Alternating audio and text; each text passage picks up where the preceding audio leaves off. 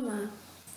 Na aula de hoje eu vou falar um pouquinho como era a classificação dos seres vivos antigamente e como está essa classificação nos dias atuais. Além disso, eu vou falar um pouquinho sobre a diversidade animal, onde vivem os animais, quando surgiram os animais e, para finalizar a aula, eu vou falar rapidamente sobre a sistemática e sobre as categorias taxonômicas.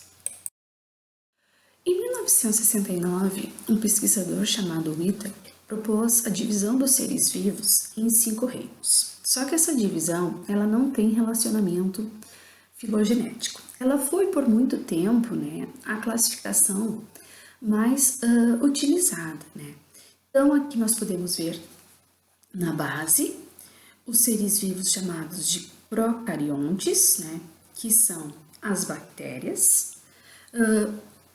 Então, dentro dos procariontes nós temos o reino Monera. Os procariontes são seres vivos que não apresentam membranas internas, então eles não têm um núcleo, o seu material genético fica disperso no citoplasma, e além disso, os representantes do reino Monera, que são chamados de procariontes, como por exemplo as bactérias, eles não têm as organelas citoplasmáticas, que são as responsáveis por realizar diversas funções dentro das células. Então, procariontes, classificados então dentro do reino Monera.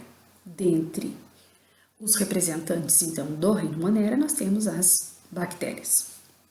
Depois, todos os demais seres vivos são eucariontes, ou seja, suas células apresentam uma membrana interna que fica delimitando o material genético, então eles têm um núcleo, e além disso, os eucariontes, eles apresentam as organelas citoplasmáticas.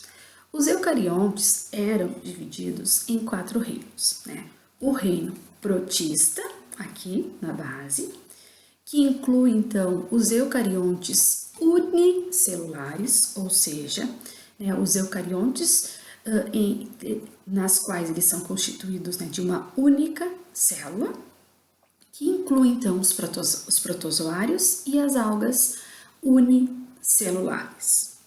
Depois nós temos o reino Plantae, que inclui os seres vivos que produzem o seu próprio alimento através da fotossíntese. Nós temos o reino Fungi, que são seres vivos que de uma maneira geral se alimentam por absorção, e todos os demais eucariontes pluricelulares, estão classificados dentro do reino Animalia, que são aqueles seres eucariontes que precisam buscar o alimento na natureza. Então, eles não sintetizam seu próprio alimento, eles precisam ingerir outro ser vivo, para poder adquirir a energia necessária para a realização de todos os seus processos vitais, ou seja, ganhar energia que vai permitir a eles se reproduzir, crescer, se reproduzir, enfim, mantê-los vivos. Então, essa classificação do Whittaker dividindo os seres vivos em 5 reinos: o reino Monera, o reino protista, o reino Fungi, o reino Animalia e o reino Plantae. Em 1990, Woose e colaboradores propuseram uma classificação cladística, que é baseada em sequências de bases de nucleotídeos de rRNA. De acordo com essa classificação, os seres vivos estavam divididos em 2 domínios. O domínio, que incluía os procariotos. Nesse domínio, então, estavam as eubactérias, que são as bactérias verdadeiras, e as arqueias. As arqueias eram conhecidas antigamente como bactérias primitivas, mas recentemente, então, elas foram colocadas num reino à parte, porque elas são morfologicamente parecidas com as bactérias, mas geneticamente e bioquimicamente, elas são distintas das bactérias, assim como são distintas dos seres vivos eucariotos, tá? Então, procariotos, que são aqueles seres vivos, então, que não têm uma membrana interna, ou seja, eles não apresentam um núcleo, sendo que o material genético está disperso no citoplasma, e além disso, os procariotos não apresentam as organelas citoplasmáticas, né, que são as responsáveis por realizar todas as funções necessárias, né, para manter a célula, né, viva. Bom, os demais seres vivos, então, estavam incluídos dentro do domínio eucário, tá? Que são aqueles seres vivos, né, eucariontes, ou seja, células que já apresentam um núcleo, né, o material genético dentro de um núcleo, ou seja, delimitado por uma membrana interna, e além disso, os eucariontes apresentam organelas. Dentro desse grande domínio, então, inclusos os protozoários, as algas unicelulares, as algas pluricelulares, os fungos, as plantas e os animais. A classificação mais recente dos seres vivos, que foi proposta por Ruggiero e colaboradores em abril de 2015, ela continua dividida, né, em dois domínios, o domínio procariota e o domínio eucariota, só que, de acordo com esses autores, nós temos dois novos reinos, né? Quais são eles? Foi criado, então, o reino Arquea e o reino Cromista. O domínio procariota, então, incluindo, né, os seres procariontes, ou seja, aqueles que não apresentam um núcleo, ou seja, o material genético está disperso no citoplasma da célula, e além disso, eles não apresentam organelas citoplasmáticas. O domínio procariota, dividido então no reino Arquea e no reino Bactéria. Depois nós temos o domínio eucariota, dividido então em 5 reinos: o reino protozoa, o reino cromista, o reino fungi, o reino animalia e o reino planta. Então, comparando essa classificação com a de Whittaker, que foi proposta em 1969, nós temos então aqui dois novos reinos, o reino Arquea e o reino cromista. Tá? Antigamente, né, os procariontes eles eram inclusos dentro do reino Monera. Hoje, então, esse reino Monera não existe mais e ele está, então, né, na verdade, passou a ser subdividido em reino Arquea e reino Bactéria. E dentro dos procariontes, então, surgiu, né, o reino cromista. Tá? Então, aqui falar um pouquinho do domínio eucariota. Então, nós temos o reino protozoa, que inclui, então, seres unicelulares, como, por exemplo, né, as euglenas, as amebas, os mixomicetos. O reino cromista, que inclui também eucariotos unicelulares, inclui então as algas com clorofilas A e C. O reino fungi, incluindo seres eucariontes uni- ou pluricelulares, heterótrofos, então eles precisam buscar o alimento da natureza. Além disso, eles apresentam uma parede de quitina e eles não conseguem fagocitar o alimento. Tá? De uma maneira bem resumida, quem seriam os seres vivos incluídos dentro do reino fungi. E nós temos aqui, então, o reino animalia, que inclui todos aqueles seres vivos eucariontes, que apresentam uma morfologia, um desenvolvimento embrionário semelhante. E estudos moleculares, então, mostraram que genes e proteínas também são similares. E, além disso, são seres vivos que, de uma maneira geral, né, precisam buscar o alimento na natureza. E por final, aqui nós temos o reino planta, que apresenta então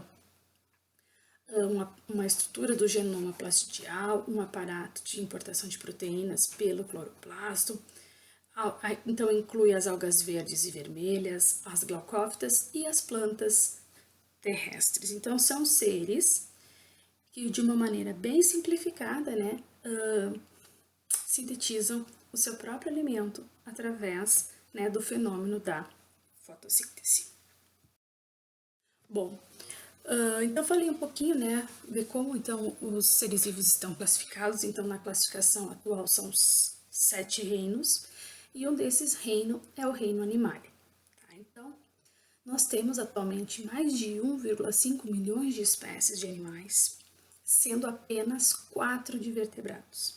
Tá? Então 96% dos animais que se tem conhecimento são invertebrados, ou seja, são animais sem coluna vertebral. Tá? E apenas 4% são animais com coluna vertebral, que a gente denomina de vertebrados. Tá? Então, como os vertebrados são animais que apresentam um grande porte, são animais grandes, são animais que geralmente fazem parte do nosso dia a dia, isso nos leva a pensar que eles são o grupo, né, de animais mais dominantes no planeta. Mas, pelo contrário, é um número muito pequeno quando comparado aos invertebrados. Também temos que falar que 20% de todos, que o que a gente tem hoje, esse 1,5 milhão, representa 20% de todos os animais viventes. Então, os cientistas, eles alegam, eles pressupõem, né, que ainda existe 80% de animais a serem descritos.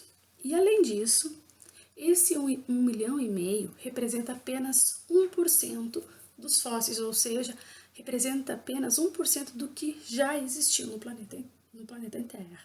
Então, a diversidade de animais ela foi muito maior há milhões de anos atrás, quando comparado com os dias atuais. Tá? E lembrando ainda que ainda nós temos muitos animais para serem descobertos, principalmente em animais marinhos que vivem em zonas profundas dos nossos oceanos, e muitos seres vivos também que vivem em algumas regiões remotas do planeta, né? Nas regiões mais frias, nas copas das árvores de grandes florestas. Então tem muita coisa ainda para ser descrita. Bom, a maioria dos filos de animais, eles são marinhos, tá? Então, boa parte da representatividade, da diversidade de animais que nós temos conhecimento vivem no mar. Mas nós temos um grupo que domina o ambiente terrestre, tá?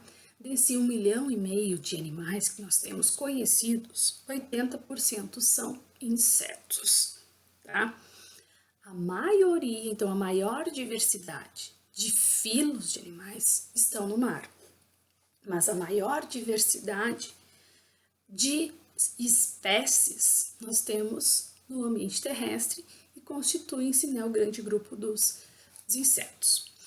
Os oceanos, então, eles oferecem 300 vezes mais espaço habitável do que os ambientes terrestres e dos ciclos. Tá? Então, nós temos uma maior diversidade animal nos ambientes marinhos quando comparado aos ambientes terrestres ou dos ciclos, deixando de lado, né, os insetos, porque os insetos eles dominam de qualquer maneira. Tá? Os oceanos são habitados por quase todos os grupos animais, com exceção dos onicóforos e dos miriápodos, né, aqui representados pelos diplópoda e pelos quilópoda. Esses 3 táxons, esses 3 grupos de animais, eles não ocorrem nos oceanos. Nós só encontramos esses 3 grupos no ambiente terrestre. Bom, nós temos aqui alguns filos de animais que são exclusivamente marinhos, como por exemplo os quitenóforos, que é um pequeno filo muito próximo dos quinidários, né, que é o grupo das famosas anêmonas e águas-vivas, os braquiópoda, o filo equinodermata, o filo ptognata, que é um filo que está muito próximo ali, já na transição, né, entre os invertebrados e os vertebrados, assim como os tunicata, que também são chamados de protocordados, né? Nós temos os foronida e cefalópoda. Todos esses filos exclusivamente marinhos. Então, eles não têm representantes na água doce e muito menos no ambiente terrestre. Tá? Os animais, pessoal, surgiram num breve período de 30 milhões de anos, na transição, né, do período pré-cambriano para o cambriano, ou seja, há mais ou menos 570 a 600 milhões de anos atrás. Tá? Num evento evolutivo que eles chamam de explosão cambriana. Tá? Porque foi dentro desse pequeno período, se a gente for falar em 30 milhões de anos, numa escala, né, evolutiva, 30 milhões de anos é um espaço curto de tempo.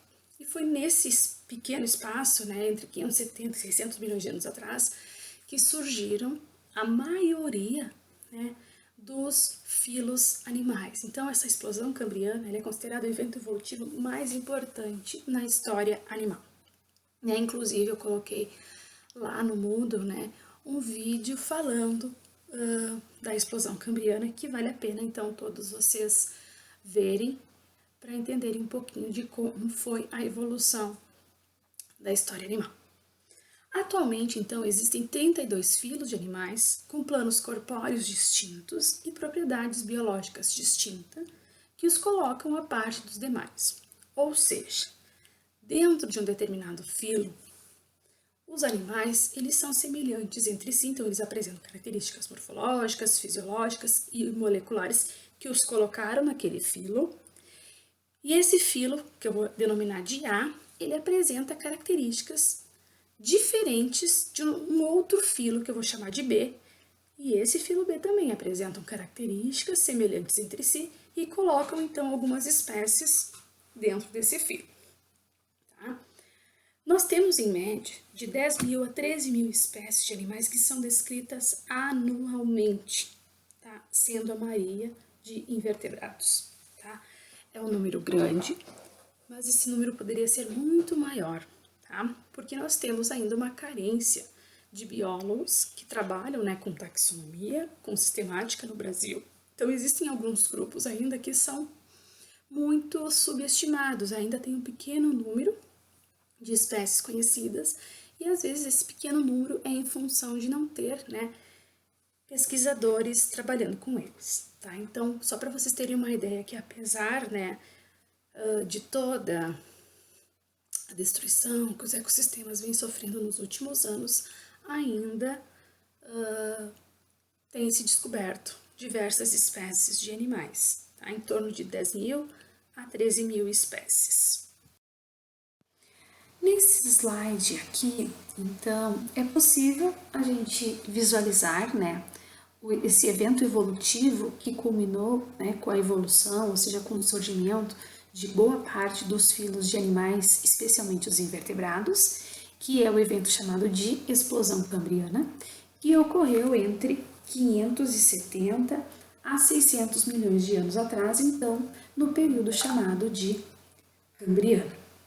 Depois nós temos, né, a evolução dos diferentes grupos, né, dos diferentes taxons, dos diferentes filos de animais.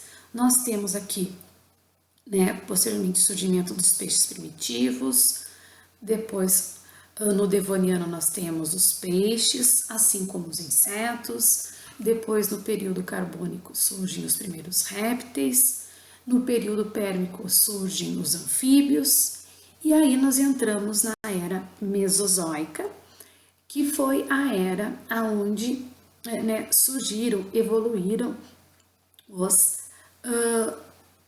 dinossauros, né? O Triássico, surgindo então os primeiros dinossauros, depois o Jurássico, que é conhecido como a idade dos dinossauros e das amonites, né? Amonites é um grupo de molusca, e depois nós temos o período Cretáceo, também sendo conhecido como a idade dos dinossauros. Depois nós entramos então na era Cenozoica, aonde então evoluíram, né, boa parte das aves e também dos mamíferos, né, iniciando aqui com, né, os primeiros mamíferos, depois vindo as baleias primitivas, os gatos e os cervos. Depois, no Miocênico, nós temos os cães, os cavalos e os ursos. E nós temos aqui, mais recentemente, né, a evolução dos primeiros hominídeos, Há 10 mil anos atrás, nós temos, então, a evolução, né, o surgimento do Homo sapiens sapiens, né, que é o nome da espécie humana, né, e então nós estamos agora na época, né, do Holocênico, tá? É onde nós estamos, né, vivendo atualmente. Tá? Aqui nessa figura, então, só para mostrar para vocês, é o mesmo, parecido com a anterior, só que de uma forma de espiral. Então, em laranja escuro aqui nós temos o pré-cambriano, iniciando com a formação da Terra, as primeiras rochas, depois as formas primitivas de vida, e depois segue-se, então, a Era Paleozoica, com o surgimento, né, dos eucariontes, dos peixes, plantas terrestres, os anfíbios, os insetos, os répteis. Aí nós entramos na Era Mesozoica, com o surgimento, então, dos pequenos mamíferos, as plantas com sementes, os pássaros, as plantas com flores, os últimos dinossauros surgindo aqui no final da Era Mesozoica. Depois nós entramos então na Era Cenozoica, né, o terciário, que é aqui esse lilás, com o soerguimento do Himalaia e montanhas rochosas, a evolução de pequenos mamíferos, seguido dos mamíferos gigantes, dos macacos e culminando então aqui na Era Cenozoica, né, no Quaternário, com a evolução então do gênero Homo e a evolução então do Homo sapiens. Tá? Então, só para vocês terem uma ideia bem resumida de como foi surgindo a vida no planeta Terra, né, desde a formação da Terra 4,6 bilhões de anos atrás. Então, a Terra é muito antiga e os animais, então, como eu comentei, eles já foram muito mais diversos do que atualmente. Então, atualmente a gente tem apenas 1% do que já existiu há milhões de anos atrás, como a gente pode verificar aqui nessa imagem, certo? Aqui, então, mostrando, né, essa imagem mostra um pouquinho, né, de toda a diversidade, um pouquinho da diversidade de animais que a gente encontra, né, no... Aqui, outra, né. Então, como já mencionado, o número de seres vivos é muito grande e os seus caracteres e os fenômenos que neles se observam são tão complexos e numerosos que, para facilitar, então, o estudo, né, desses seres vivos, foi necessário agrupá-los em categorias de acordo com a morfologia, com a fisiologia e também a filogenia, visando constituir uma grande área, né, da ciência, que é a sistemática. Tá? Então, a sistemática tem como objetivo, então, descrever, ou seja, identificar, descrever e classificar todo ser vivo. E esse termo, né, sistemática, ele se origina de sistema e foi empregado pela primeira vez por Linneu, né, um grande cientista que viveu entre 1707 e 1778. E esse termo, então, sistemática, foi empregado na obra, né, de Linneu chamado de Systema Naturae.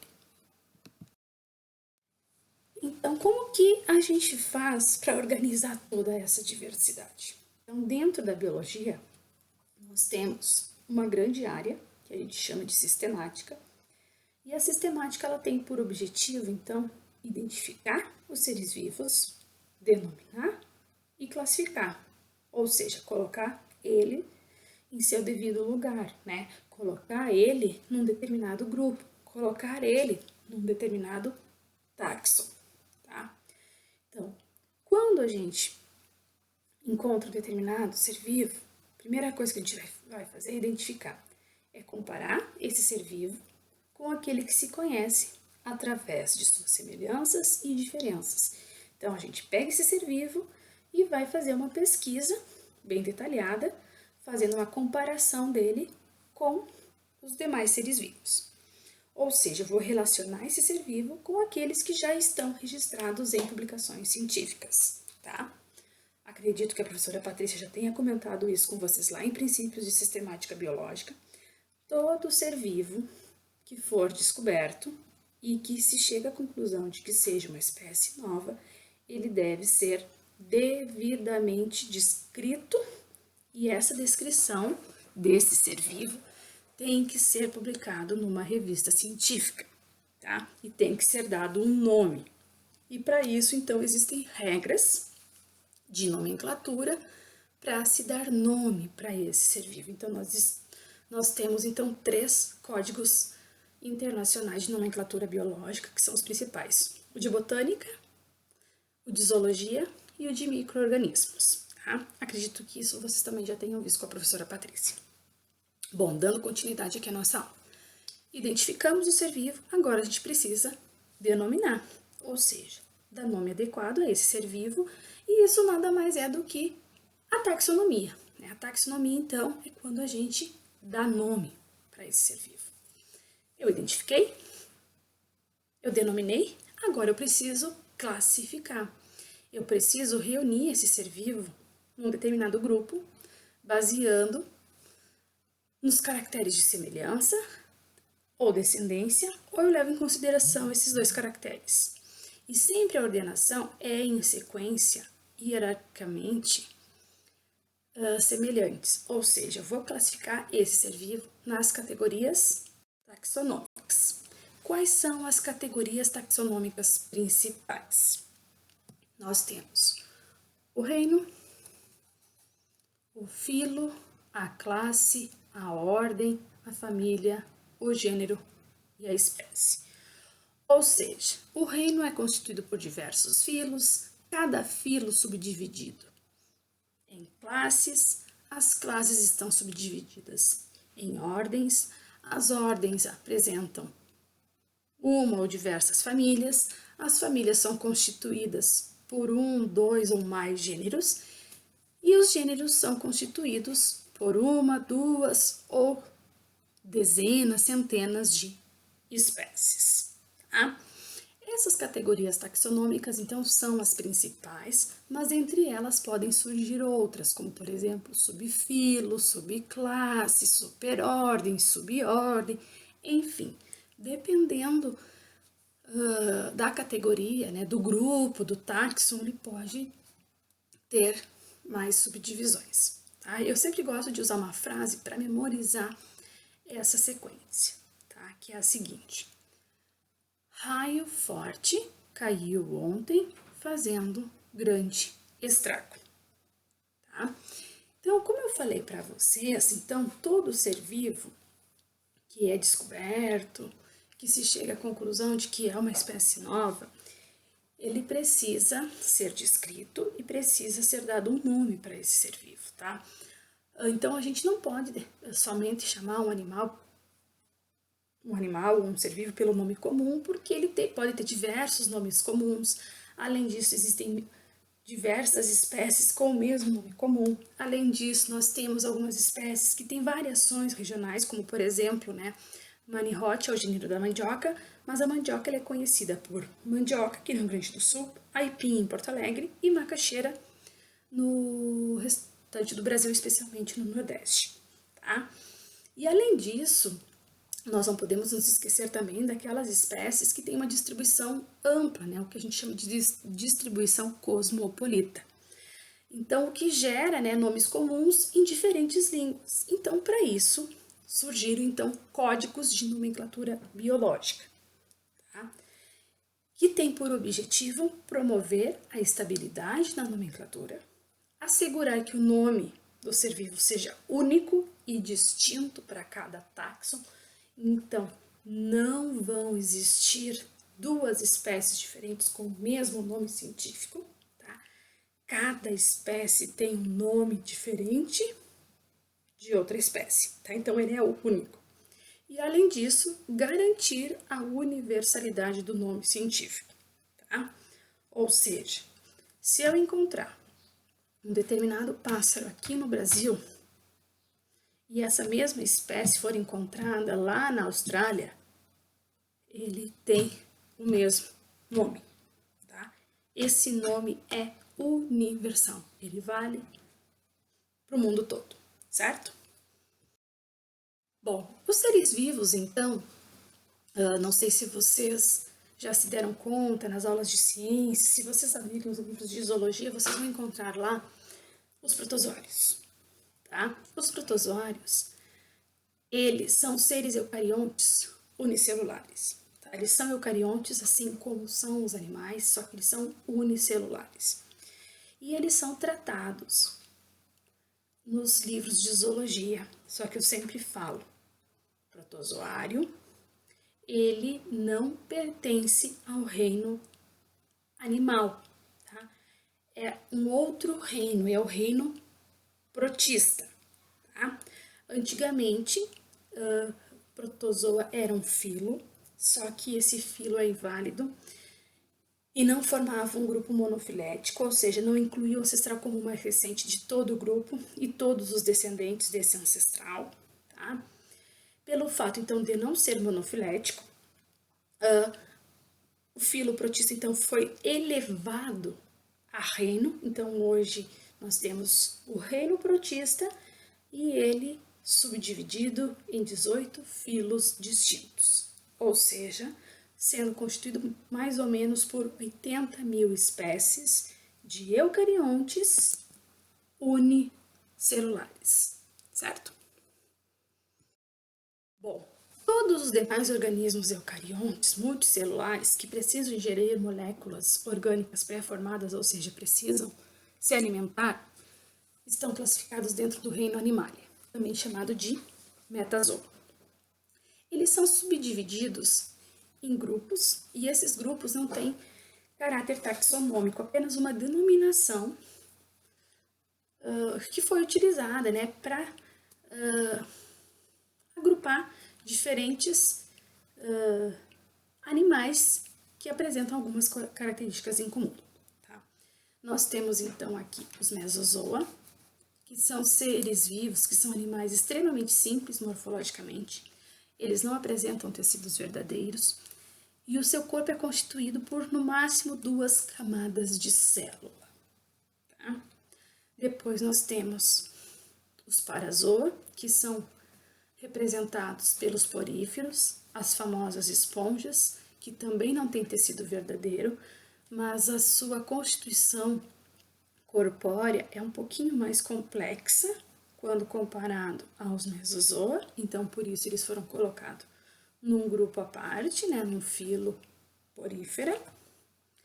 E aqui então, nesse slide, nós temos os demais, né, organismos eucariontes multicelulares, né, que precisam buscar o alimento na natureza e que apresentam então tecidos verdadeiros. Eles são chamados então de eumetazoa, ou seja, animais verdadeiros. Dentro desse grande grupo, então, nós temos os quinidários, né, que são representados pelas anêmonas e pelos corais. Nós temos, né, os corais aqui, né? Nós temos aqui uma anêmona e aqui uma medusa, quitenóforas, nós temos lofoforados, vermes, né? Geralmente, ou os vermes plateumintos, ou nemátoda. Nós temos também moluscos, anelídeos, e também uma grande diversidade de animais incluídos dentro do grande filo artrópode. Né? Dentro desse grande filo, nós temos os aracnídeos, os insetos e os crustáceos. E também nós temos os equinodermos, né? Aqui representado então pela estrela do mar.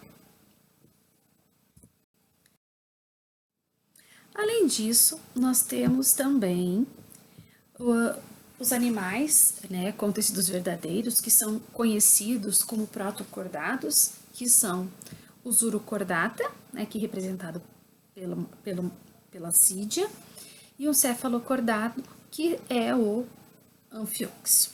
Além disso, nós temos os peixes amandibulados, né, os peixes sem mandíbulas, peixes cartilaginosos, como os tubarões, peixes ósseos.